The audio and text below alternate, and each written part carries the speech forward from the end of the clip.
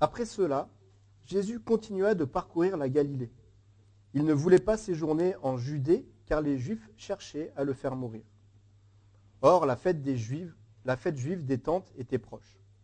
Ses frères lui dirent, « Pars d'ici, et va en Judée, afin que tes disciples voient aussi ce que tu fais. Personne n'agit en secret s'il cherche à être connu. Puisque tu fais ce genre de choses, montre-toi au monde. » En effet, ses frères non plus ne croyaient pas en lui. Jésus leur dit, « Le moment n'est pas encore venu pour moi, tandis que pour vous, c'est toujours le bon moment. Le monde ne peut pas vous détester, tandis que moi, il me déteste parce que je témoigne à son sujet que sa manière d'agir est mauvaise. Montez donc à cette fête. Quant à moi, je n'y monte pas encore parce que le moment n'est pas encore arrivé pour moi. » Après leur avoir dit cela, il resta en Galilée. Lorsque ses frères furent montés à la fête, il y monta aussi lui-même, non pas en se montrant, mais comme en secret. Les Juifs le cherchaient pendant la fête et disaient, « Où est-il » Dans la foule, on murmurait beaucoup à son sujet. Les uns disaient, « C'est un homme bien ». D'autres disaient, « Non, au contraire, il égare le peuple. » Personne, toutefois, ne parlait ouvertement de lui, par crainte des chefs juifs. C'était déjà le milieu de la fête lorsque Jésus monta au temple et se mit à enseigner. Les Juifs s'étonnaient et disaient, « Comment connaît-il les Écritures, lui qui n'a pas étudié ?» Jésus leur répondit, « Mon enseignement ne vient pas de moi, mais de celui qui m'a envoyé. Si quelqu'un veut faire la volonté de Dieu, il saura si mon enseignement vient de Dieu ou si je parle de ma propre initiative. Celui qui parle de sa propre initiative cherche sa propre gloire. Mais si quelqu'un cherche la gloire de celui qui l'a envoyé, celui-là est vrai et il n'y a pas d'injustice en lui. Moïse ne vous a-t-il pas donné la loi ? Or, aucun de vous ne la met en pratique. Pourquoi cherchez-vous à me faire mourir ? » La foule répondit, « Tu es un démon. Qui cherche à te faire mourir ?» Jésus leur répondit, « Pour une seule œuvre que j'ai faite, vous êtes tous étonnés. Moïse vous a donné la circoncision, qui ne vient du reste pas de lui, mais des patriarches, et vous circoncisez un homme le jour du sabbat. Si pour respecter la loi de Moïse, un homme reçoit la circoncision le jour du sabbat, pourquoi vous irritez-vous contre moi parce que j'ai guéri un homme tout entier le jour du sabbat ? Ne jugez pas d'après l'apparence, mais portez un jugement juste. » Verset 25. Quelques habitants de Jérusalem disaient, « N'est-ce pas celui qu'ils cherchent à faire mourir ? Le voici qui parle librement et ils ne lui disent rien. Est-ce que les chefs auraient vraiment reconnu qu'il est le Messie ? Cependant, celui-ci, nous savons d'où il est, tandis que le Messie, quand il viendra, personne ne saura d'où il est. » Jésus enseignait dans le temple. Il s'écria alors, « Vous me connaissez et vous savez d'où je suis. Pourtant, je ne suis pas venu de moi-même. Au contraire, celui qui m'a envoyé est vrai, et vous ne le connaissez pas. Pour ma part, je le connais, car je viens d'auprès de lui, et c'est lui qui m'a envoyé. » Il cherchait donc à l'arrêter, mais personne ne mit la main sur lui parce que son heure n'était pas encore venue. Beaucoup parmi la foule crurent en lui, et ils disaient, « Le Messie, quand il viendra, fera-t-il plus de signes miraculeux que n'en a fait celui-ci » Les pharisiens entendirent la foule murmurer ces propos à son sujet. Alors les chefs des prêtres et des pharisiens envoyèrent les gardes pour l'arrêter. Jésus dit, « Je suis encore avec vous pour un peu de temps, puis je m'en vais vers celui qui m'a envoyé. Vous me chercherez et vous ne me trouverez pas. Et là où je serai, vous ne pouvez pas venir. » Les Juifs se dirent alors entre eux, « Où ira-t-il pour que nous ne le trouvions pas ? Ira-t-il chez ceux qui sont dispersés dans le reste du monde et enseignera-t-il les non-juifs ? Que signifie cette parole qu'il a dite ? Vous me chercherez et vous ne me trouverez pas. Et là où je serai, vous ne pouvez pas venir. » Le dernier jour, le grand jour de la fête, Jésus, debout, s'écria, « Si quelqu'un a soif, qu'il vienne à moi et qu'il boive. Celui qui croit en moi, des fleuves d'eau vive couleront de lui, comme l'a dit l'Écriture. » Il dit cela à propos de l'Esprit que devaient recevoir ceux qui croiraient en lui. En effet, l'Esprit Saint n'avait pas encore été donné, parce que Jésus n'avait pas encore été élevé dans sa gloire. Jusqu'ici la parole de Dieu. C'est un passage assez long, assez dense, et je n'ai pas l'habitude de faire des PowerPoint, mais j'ai fait un PowerPoint parce que y a quand même pas mal de choses, et du coup, pour ne pas vous perdre, je me suis dit que ça pouvait être bien. On va découvrir ce texte en trois parties, pardon. Si je peux avoir juste la zapette, Oscar, je pense qu'il faut juste que tu recliques dans le PDF pour l'activer.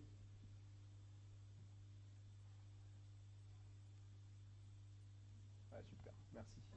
On va voir que dans la première partie de ce texte, Jésus il est face à plusieurs épreuves. Et Jésus va réagir d'une certaine manière pour la gloire de Dieu. Quand nous, on est dans des épreuves, est-ce qu'on réagit pour la gloire de Dieu? Jésus, il est face à 4 épreuves, on va les parcourir rapidement, et il va réagir pour la gloire de Dieu, pour faire la volonté de Dieu. Et la suite de notre texte nous dévoile 4 facettes de la volonté de Dieu pour notre vie. Et dans la dernière partie de notre passage, on va voir des réactions face à Jésus. Jésus, il enseigne, il est à cette fête des tentes, et il va y avoir des réactions différentes. 5 réactions différentes, à nous de choisir celle que nous voulons. Les 4 épreuves de Jésus. Première épreuve, l'épreuve du danger. Après cela, Jésus continua de parcourir la Galilée. Il ne voulait pas séjourner en Judée, car les Juifs cherchaient à le faire mourir. Après 2 ans de ministère public, Jésus a provoqué tellement d'ennemis que sa tête est mise à prix. Surtout en Judée, le centre religieux d'Israël. D'ailleurs, quand Jean parle des Juifs, c'est surtout, il parle des leaders juifs. Il faut comprendre que pendant cette dernière année, Jésus, il ne se déplace pas exactement comme il veut. Il est presque comme un fugitif parce que les autorités veulent sa tête. Les autorités veulent arrêter son ministère. Son ministère, il est composé de 2 axes principaux. Premièrement, le ministère de Jésus, c'est de venir sur la terre et de mourir en croix pour nous sauver de nos péchés. Deuxièmement, le ministère de Jésus, c'est aussi de former ses disciples, de former les premiers disciples qui vont porter le message de l'évangile au loin.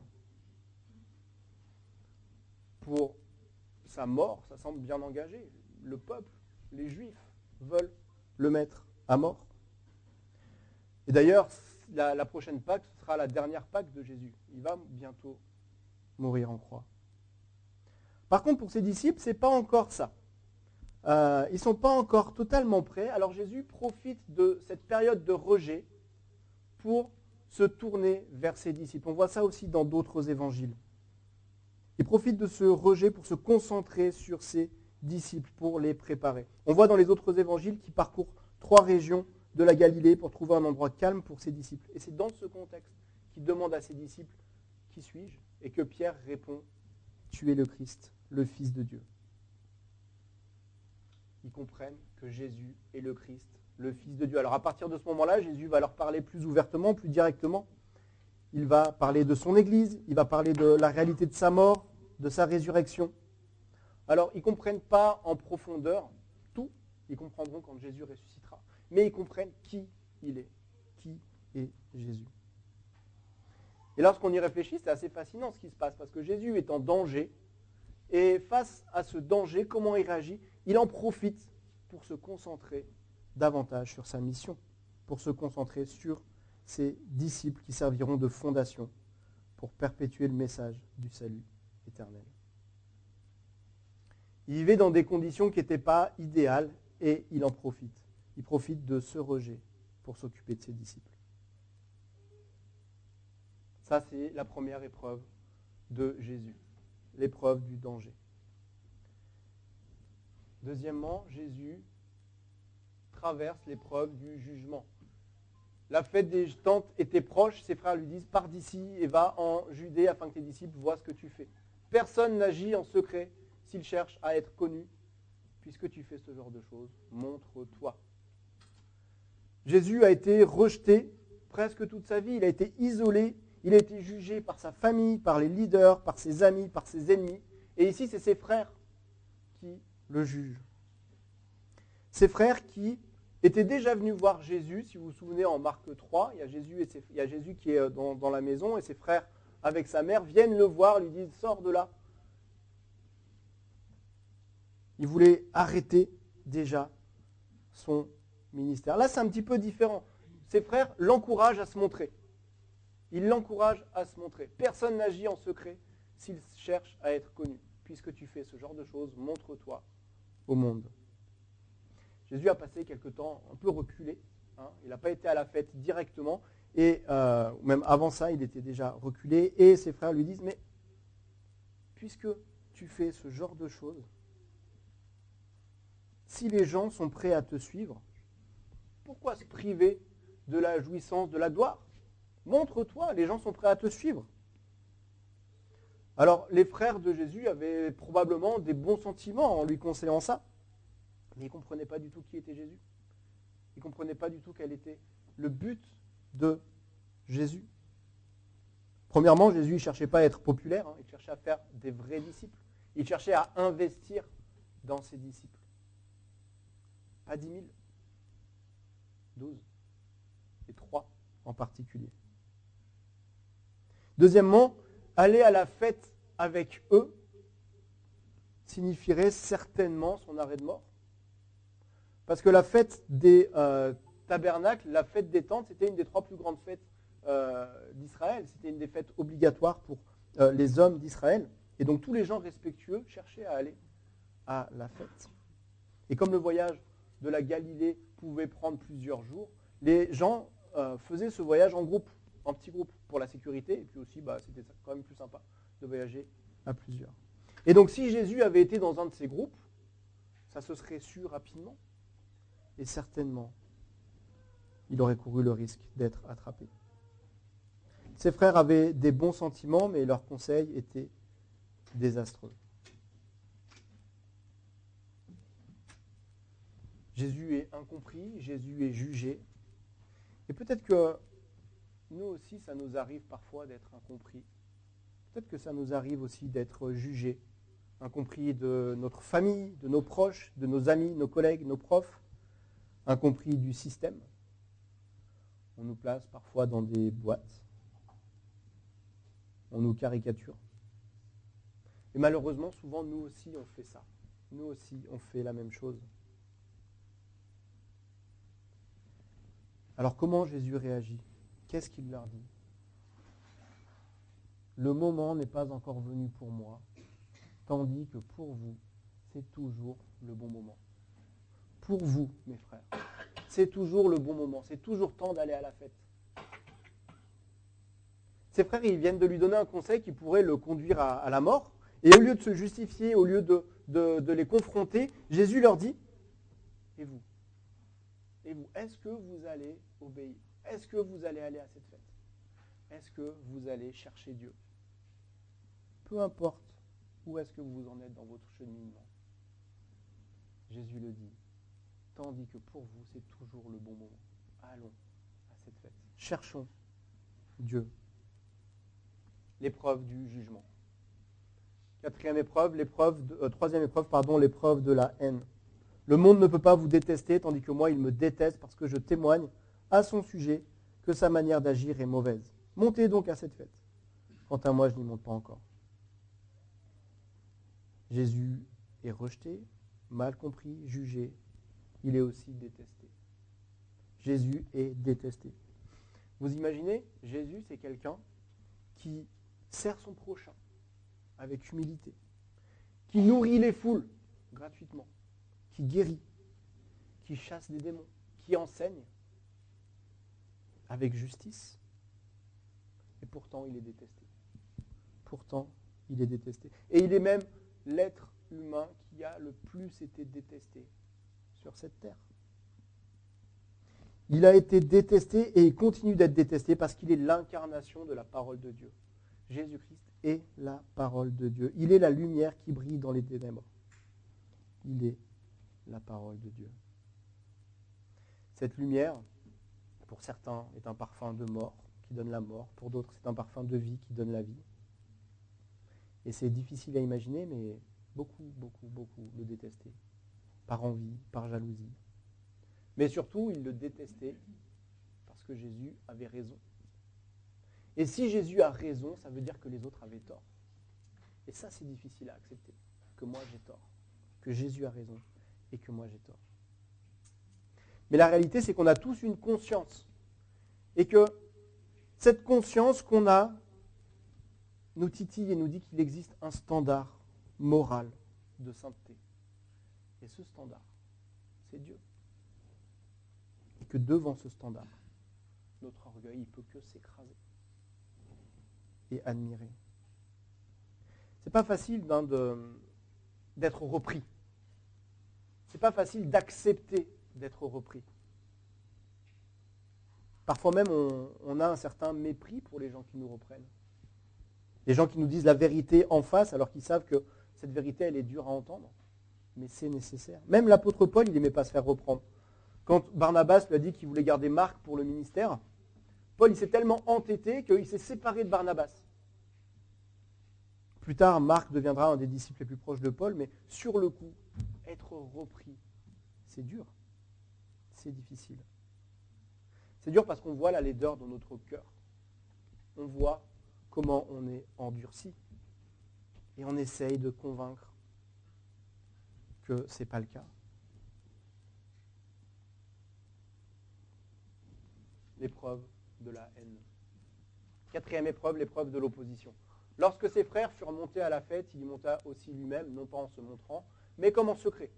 Les Juifs le cherchaient pendant la fête et disaient « Où est-il » Dans la foule, on murmurait beaucoup à son sujet. Les uns disaient « C'est un homme bien ». D'autres disaient « Non, au contraire, il égare le peuple ». Personne, toutefois, ne parlait ouvertement de lui, par crainte des chefs juifs. C'était déjà le milieu de la fête, lorsque Jésus monta au temple et se mit à enseigner. Et finalement, Jésus monte à la fête, au milieu de la semaine.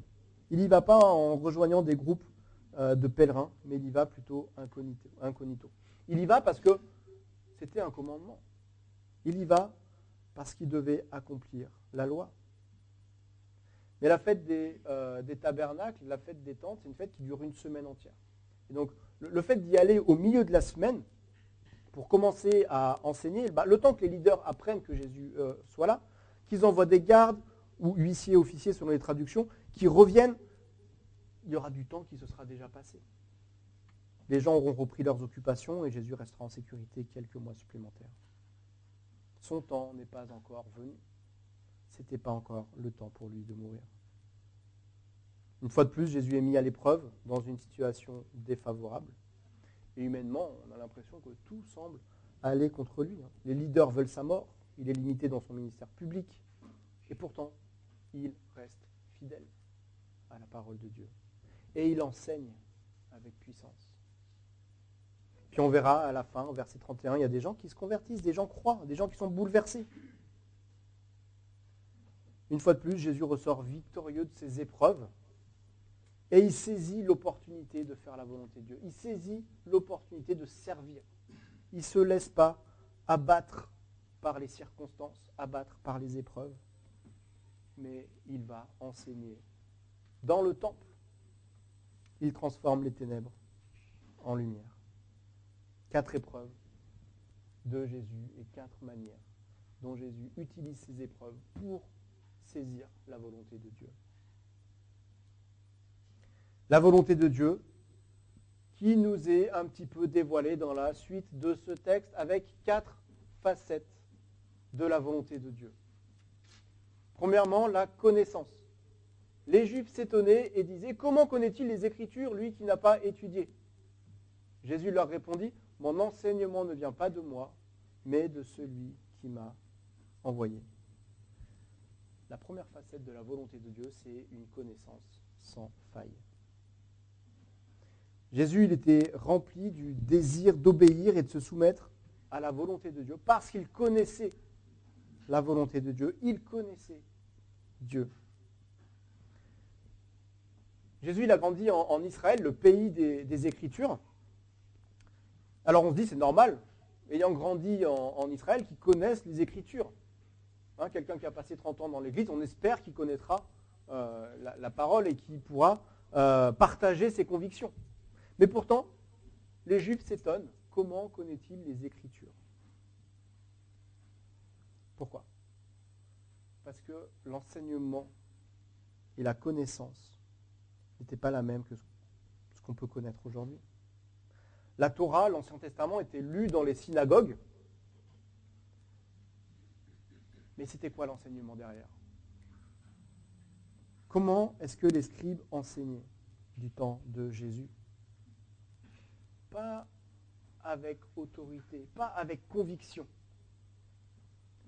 Plutôt, ils discutaient des différentes interprétations.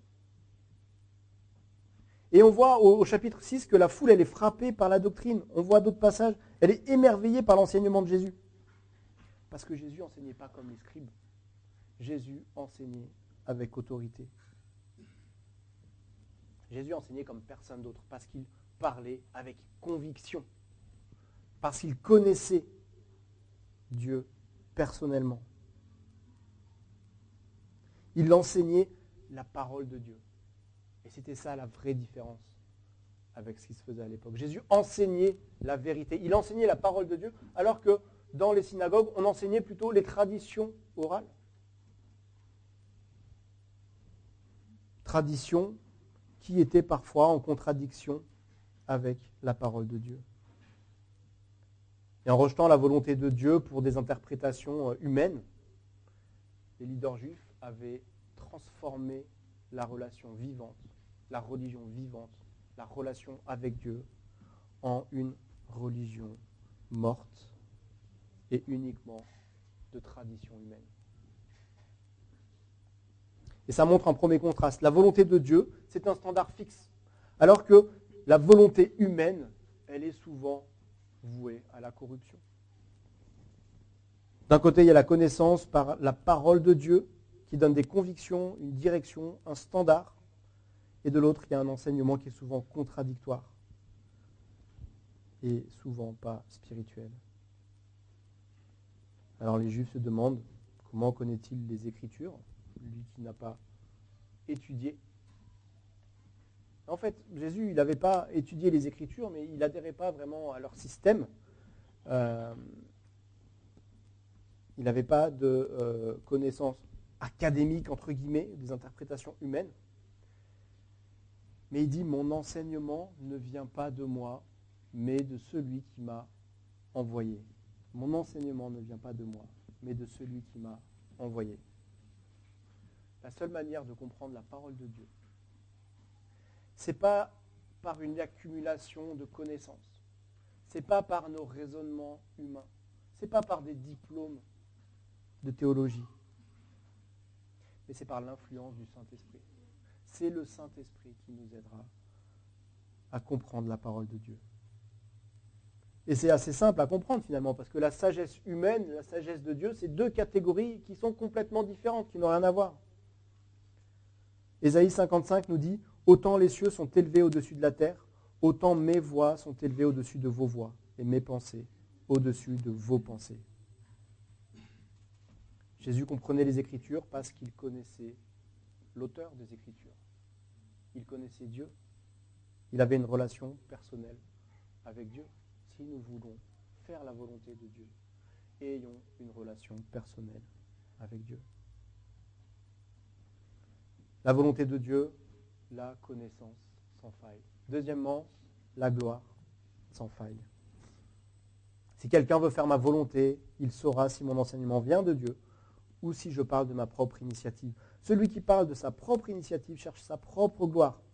Mais si quelqu'un cherche la gloire de celui qui l'a envoyé, celui-là est vrai et il n'y a pas d'injustice en lui. Ce qui est intéressant dans ces versets, c'est que Jésus rapproche la recherche de la volonté de Dieu à la recherche de la gloire de Dieu.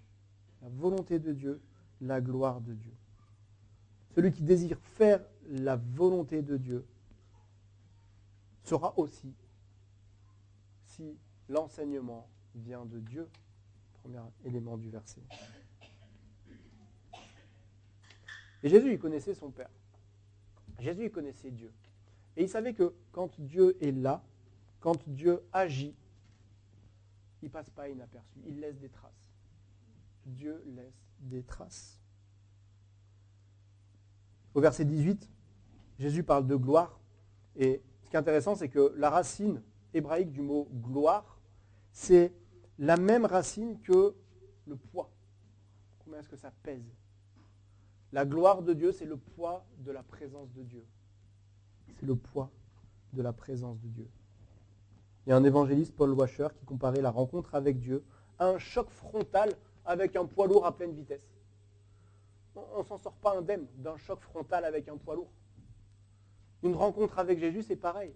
Ça change, ça marque des traces, il y a des traces. lorsqu'on rencontre Dieu, qu'on choisit d'unir notre volonté à la sienne, ça laisse des traces.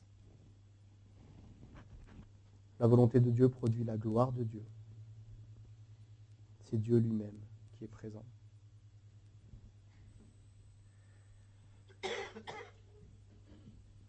Et donc Jésus nous dit que celui qui agit selon sa propre initiative, c'est celui qui cherche sa propre gloire, mais celui qui agit selon la volonté de Dieu cherche à glorifier Dieu. La gloire de Dieu, c'est le poids de la présence de Dieu. C'est quoi notre poids, le poids de notre présence, notre propre gloire par rapport à Dieu? C'est rien. C'est rien. Même le meilleur humain, on va dire, avec à son plein potentiel, ou pas grand-chose par rapport au poids de la présence de Dieu.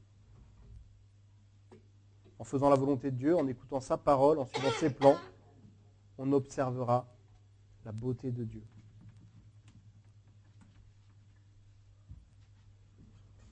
Troisième facette de la volonté de Dieu, la justification. Celui qui parle de sa propre initiative cherche sa propre gloire, mais si quelqu'un cherche la gloire de celui qui l'a envoyé, celui-là est vrai et il n'y a pas d'injustice en lui. Celui qui fait la volonté de Dieu, celui-là n'a pas d'injustice en lui. On peut douter des motivations des gens qui cherchent leur propre gloire, mais quelqu'un qui œuvre pour l'honneur de Dieu, pour la gloire de Dieu, pour la louange à Dieu, alors là, on ne peut pas trouver de motivation plus pure. Et ce qui est frappant, c'est que Jésus dit que celui-là est vrai. Celui-là est vrai et juste. Il n'y a pas d'injustice en lui. C'est une question d'identité. Il est vrai, il est juste. Celui qui a accepté la volonté de Dieu par la repentance, calquer sa volonté à la volonté de Dieu, est vu comme juste aux yeux du Père. Il est juste. Son identité est changée, il est réconcilié. La Bible appelle ça la justification. On est devenu juste.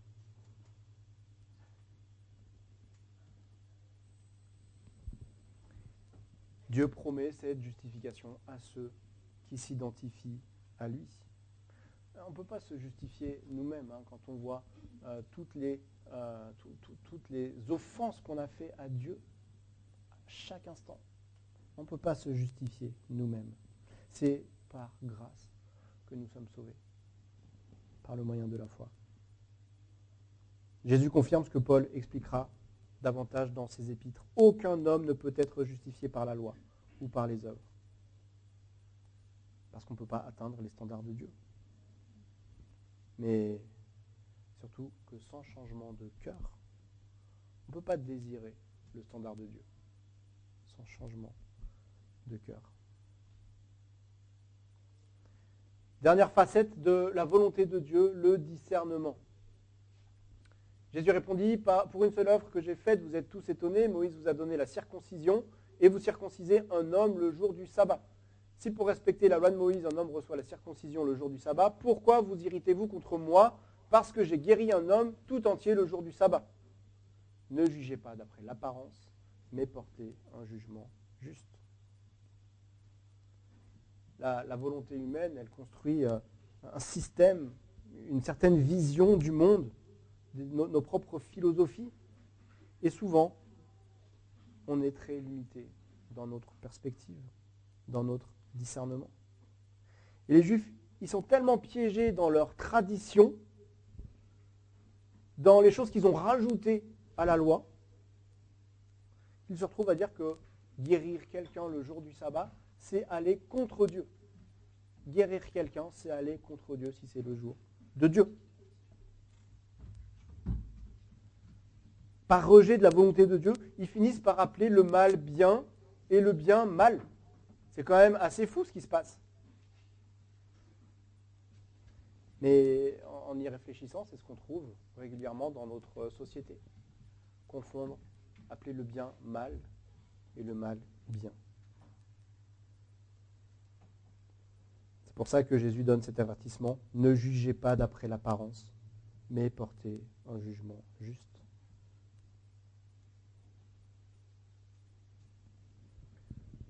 Allez, je vais aller vite sur la dernière partie. 5 réactions face à Jésus. Jésus enseigne, Jésus se présente, Jésus fait des miracles. Il y a 5 réactions différentes dans notre passage. Première réaction, c'est l'orgueil.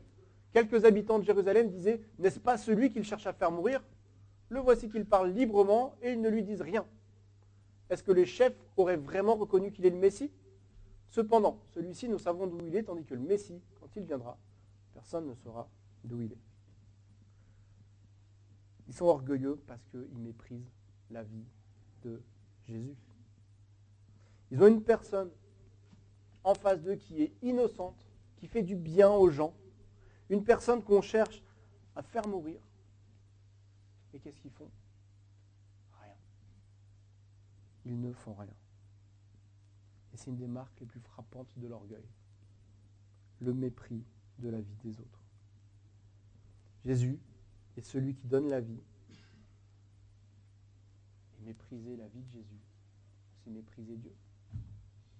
Alors on n'a pas besoin d'être méchant pour mépriser. On n'a pas besoin d'être considéré comme méchant. Parce que cette foule, elle ne fait rien de méchant, entre guillemets. Cette foule, elle ne fait rien pour empêcher la mort de Jésus. Elle est passive. Le meurtre d'un innocent va bientôt se produire. Et ils en parlent comme si c'était un fait divers. Non, c'est pas lui qui cherchait à faire mourir. Ils font rien. Aucune compassion, aucune initiative, aucune complainte. Deuxième marque d'orgueil, on voit aussi qu'ils placent leur ignorance au-dessus de la vérité. Ils placent leur ignorance au-dessus de la parole de Dieu.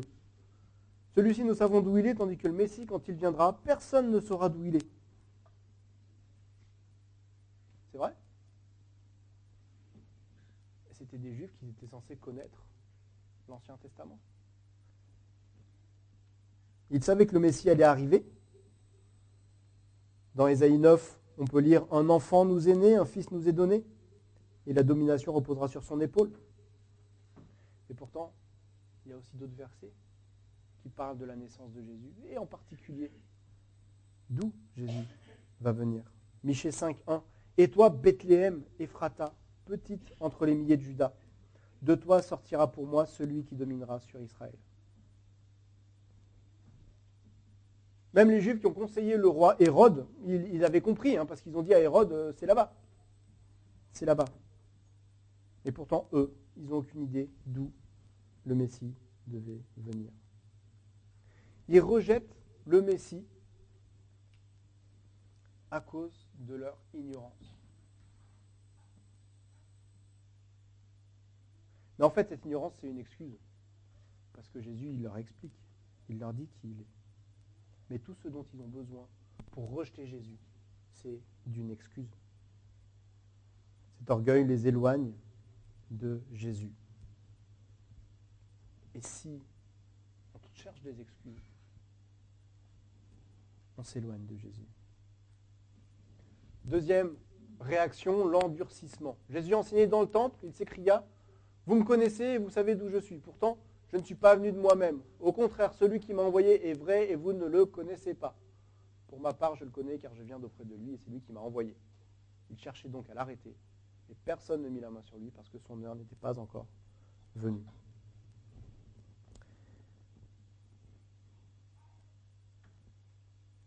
Ces gens, ils avaient une vue du monde façonnée, en partie par la Bible, mais en partie aussi par des mensonges de leur génération, par leur culture, par leurs interprétations erronées. Et c'est un peu le cas de tout le monde finalement. On est tous un petit peu façonnés par la vérité biblique, mais aussi influencés par d'autres choses. On est en chemin, et c'est ok de ne pas avoir toujours raison, bien évidemment. Mais le problème, c'est que quand Jésus répond à leur ignorance, ils refusent de l'accepter. Ils se sont endurcis. Si on ne cherche pas Christ fidèlement, on va chercher des excuses, on va se justifier. Et encore, on voit le contraste entre Jésus qui vient dire la vérité aux gens, qui veut rediriger les gens vers Dieu, et l'hypocrisie du peuple. Il cherchait à l'arrêter, mais personne ne mit la main sur lui parce que son heure n'était pas encore venue. Ils veulent l'arrêter, ils veulent le tuer. C'est ça leur réaction. Ils se considèrent eux-mêmes comme bons et ils sont prêts à crucifier Jésus-Christ. Troisième réaction, la jalousie. Beaucoup parmi la foule crurent en lui et ils disaient, le Messie, quand il viendra, fera-t-il plus de signes miraculeux que n'en a fait celui-ci? Les pharisiens entendirent la foule murmurer à son sujet. Alors, les chefs des prêtres et les pharisiens envoyèrent des gardes pour l'arrêter. Ce coup-ci, l'audience, c'est les chefs religieux. Les chefs religieux qui cherchent à arrêter Jésus. Il y a des gens qui commencent à croire. L'enseignement de Jésus est percutant. Et des gens sont touchés.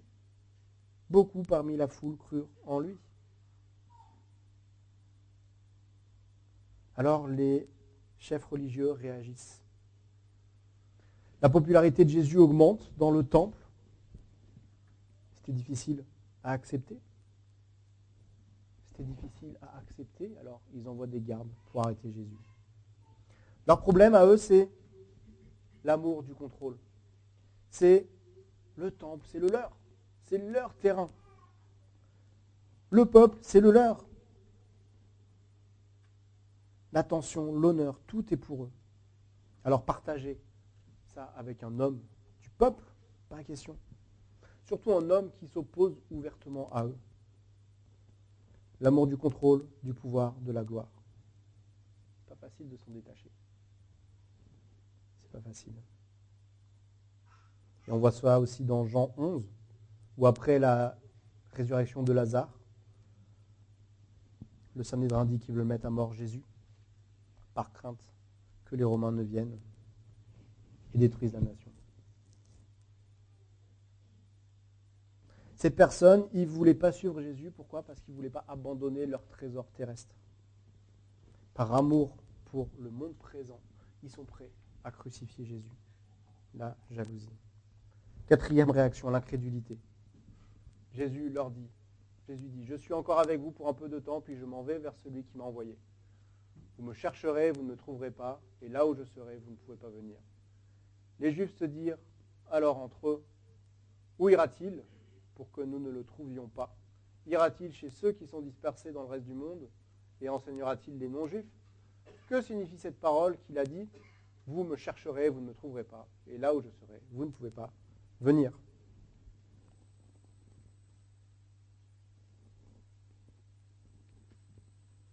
Les paroles de Jésus, ce coup-ci, elles sont cinglantes parce qu'il leur apporte un message spirituel triste, mais par leur incrédulité, ils ne peuvent pas comprendre ce message. Jésus, il leur dit, moi, je suis le Messie, moi, je suis celui qui a été promis depuis des millénaires et je suis avec vous encore un peu de temps. Puis je vais partir. Et votre peuple va me chercher pendant des siècles. Constamment, vous allez chercher un nouveau Messie, mais non, en vain. Moi, je suis l'ambassadeur de Dieu pour vous. Vous me chercherez, mais je ne reviendrai plus. Je vais partir au ciel avec Dieu, mais vous n'allez pas pouvoir me rejoindre. Si vous continuez dans vos voies, vous n'entrerez jamais dans la présence de Dieu. Le peuple, il est aveuglé par son incrédulité. Et c'est le plus triste de tous. On peut être orgueilleux, on peut être endurci, on peut être jaloux et mettre Dieu de côté. Mais il y a quelque chose de particulièrement triste face à l'incrédulité. Parce que la personne incrédule, c'est quelqu'un qui a vu Dieu à l'œuvre, qui a vu Dieu agir, et qui dit non, ça c'est pas Dieu. Ça, c'est pas l'œuvre de Dieu.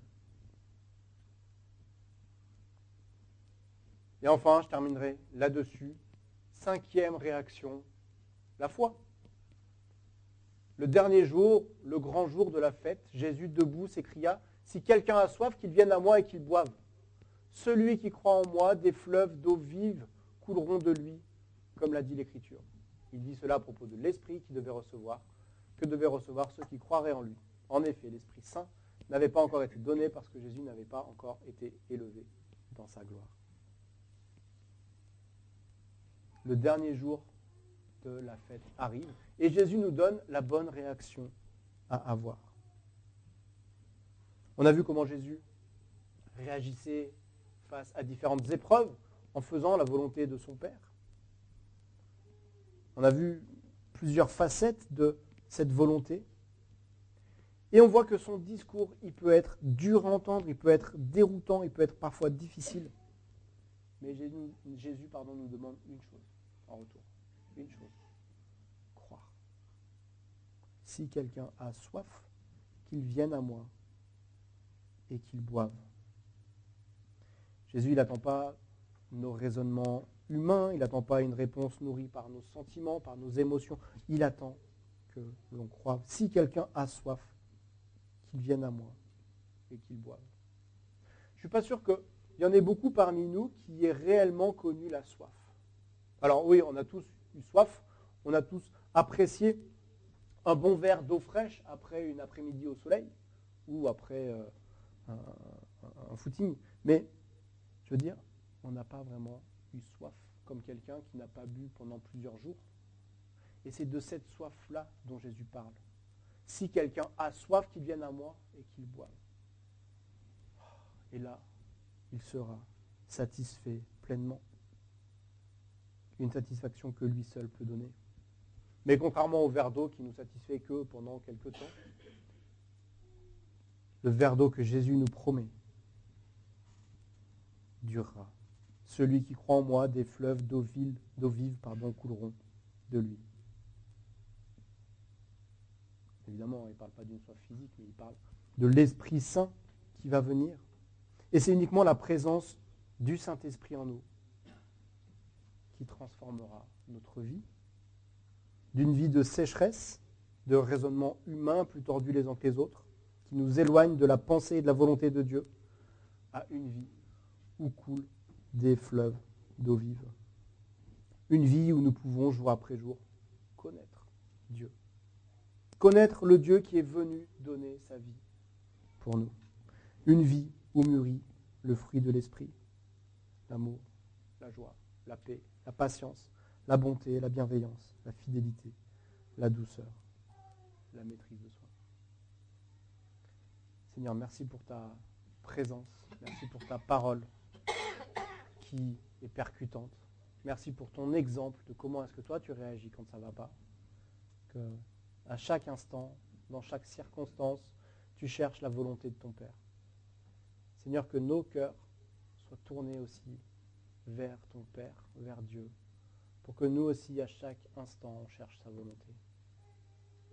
Je te prie que notre réaction ne soit pas dirigée par de l'orgueil ou de la jalousie, mais vraiment qu'à chaque instant, on puisse se tourner vers toi avec foi et confiance. Merci pour ta présence et merci pour l'Esprit que tu nous as envoyé. Amen.